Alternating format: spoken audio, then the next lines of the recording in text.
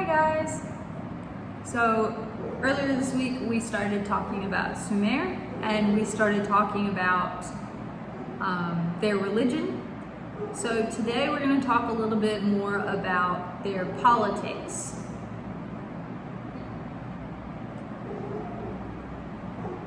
There we go. So the first thing we need to do is we need to define the word theocracy. Theocracy is a form of government in which a god is the supreme ruler.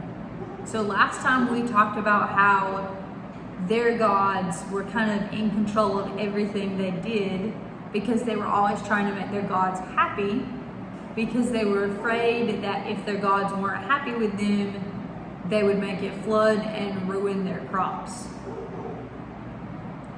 So they wanted to make their gods happy so they had a good harvest. So Sumer was a theocracy. So the priests held an authoritative role because Sumerians believed that gods ruled everything, and the gods used kings to do their work. So the Sumerians believed that God picked the king, or a god picked the king. So the kings ruled by divine right, and they lived in really big palaces. So one of the gods chose the king for your kingdom of Sumeria, because there were a bunch of different kingdoms. Hopefully next week we'll get to look at a few different kingdoms and see like specific places. So your king was chosen by one of the gods, whoever the god of your town was or your kingdom. And that god would speak to your king and tell your king what to do. So that's how the king knew if they should store a lot of things, or if they should go to war with someone, or just any kind of decision. The king said that a god spoke to him. Now later on, people are going to stop doing this as much because it's really easy to lie when a god is speaking to you, but you're the only one who can hear them. If you and a few priests who are your friends, who you trust, who you pay, are in a room together and you decide that you want the god to say something, you can go outside and say, God told us this year we need to go to war with the town next to us and take everything they have. But it might be because the king is mad at the king of the kingdom next door and just wants to take everything he has because he doesn't like him. So this is a very unreliable way to have a king, but it's the way that they had one. So kings and priests have a lot to do with each other. So writing and education. This is one of the very first times in history we see writing. There are a few different civilizations that start writing around this same time, but this is one of the first ones. Around 3000 BC, so remember, I told you that Sumer was started around 4000 BC, but remember we're working backwards in time. So this is about 1,000 years after their civilization got started. Around 3000 BC, they developed one of the earliest forms of writing. It's called cuneiform. Now there are a few different ways to pronounce that. When I was in college, I was taught to pronounce it cuneiform. There are a few people who say it cuneiform, and you might hear one or two other ways of saying it if you watch a video where someone besides me says it. So if you ever hear someone pronounce it differently, they're probably not wrong, I'm probably not wrong, we've never heard this language. So it kind of depends on what part of the world you're from, how you say it. So cuneiform was based on making wedge-shaped marks with reeds in clay tablets. So that sounds very confusing, so let me explain it to you. So a reed is a plant that grows in a river. You've probably seen them in rivers here, I know I have.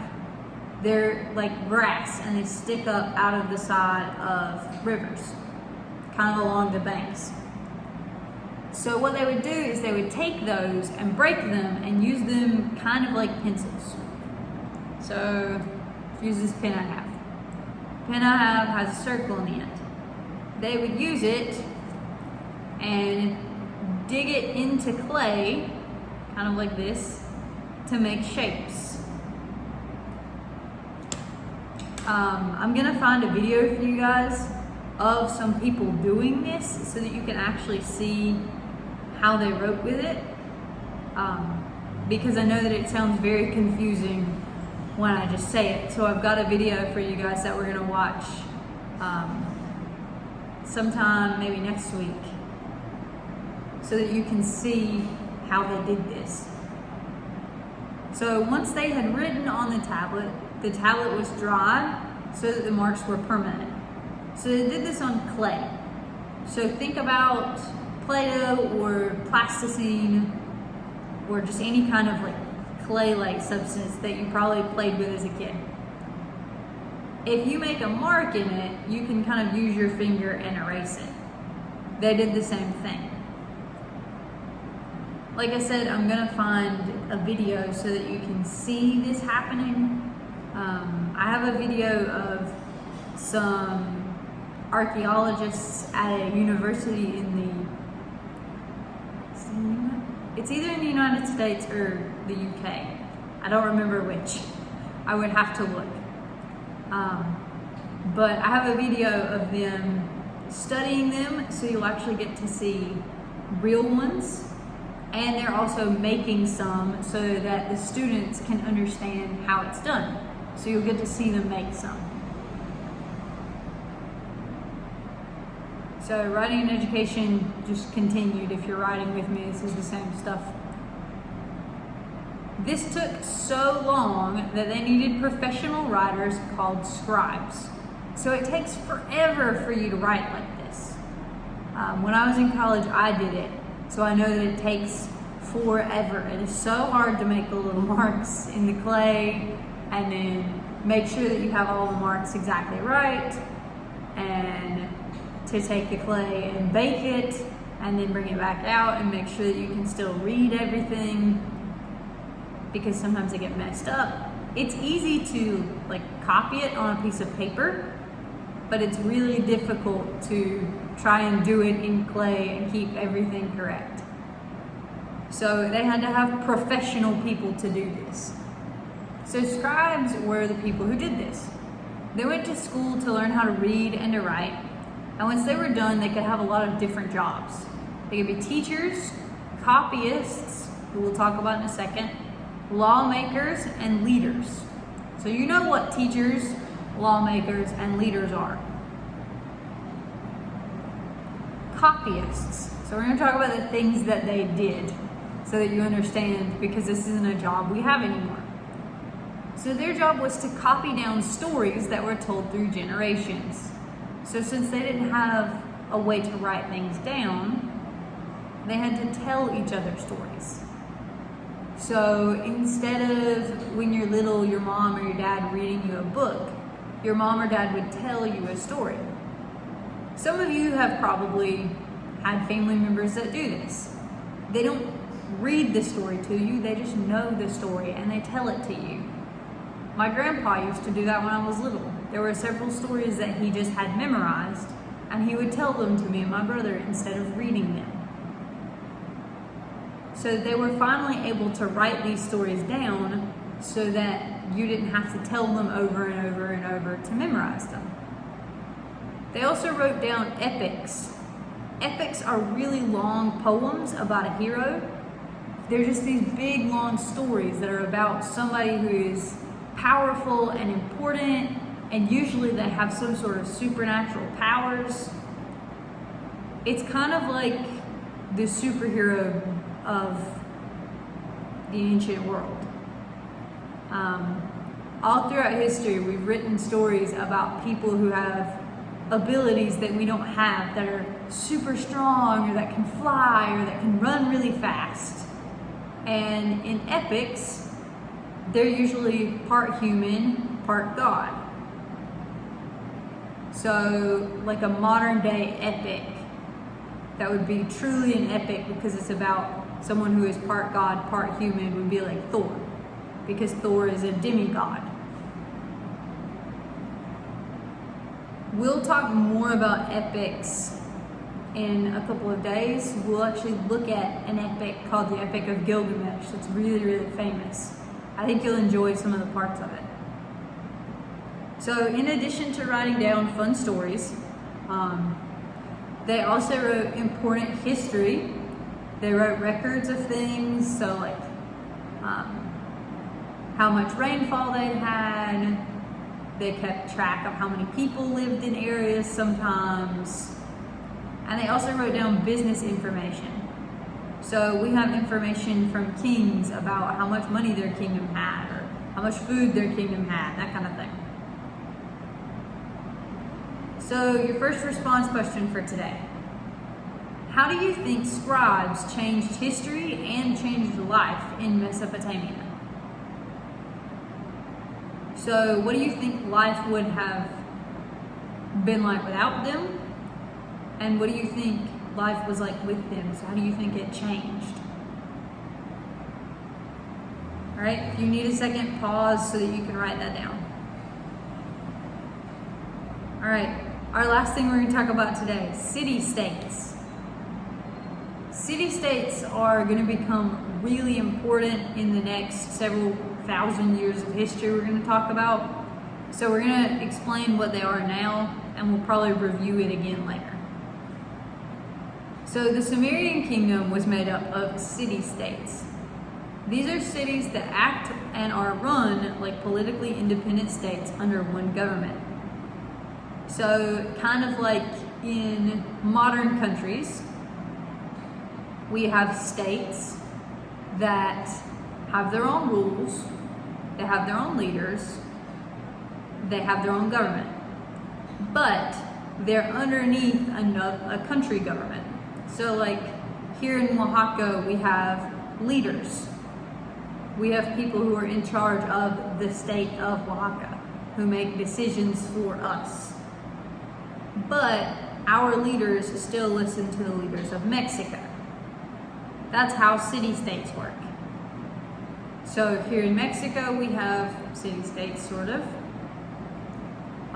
In the United States, they have the same thing, where your state has laws and procedures and a leader, but your state's leader still has to listen to the leader of the country.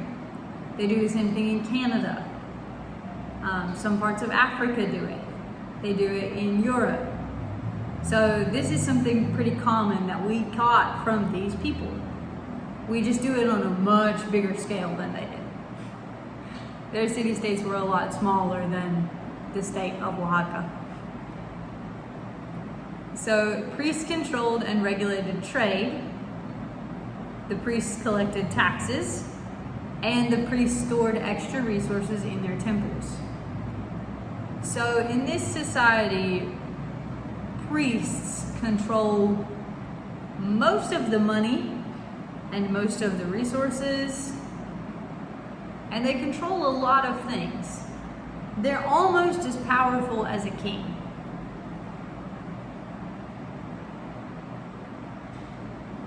So, now that we've kind of talked about everything I want to make sure you know about Sumeria, I want you to tell me what the most interesting thing we learned about Sumeria is to you.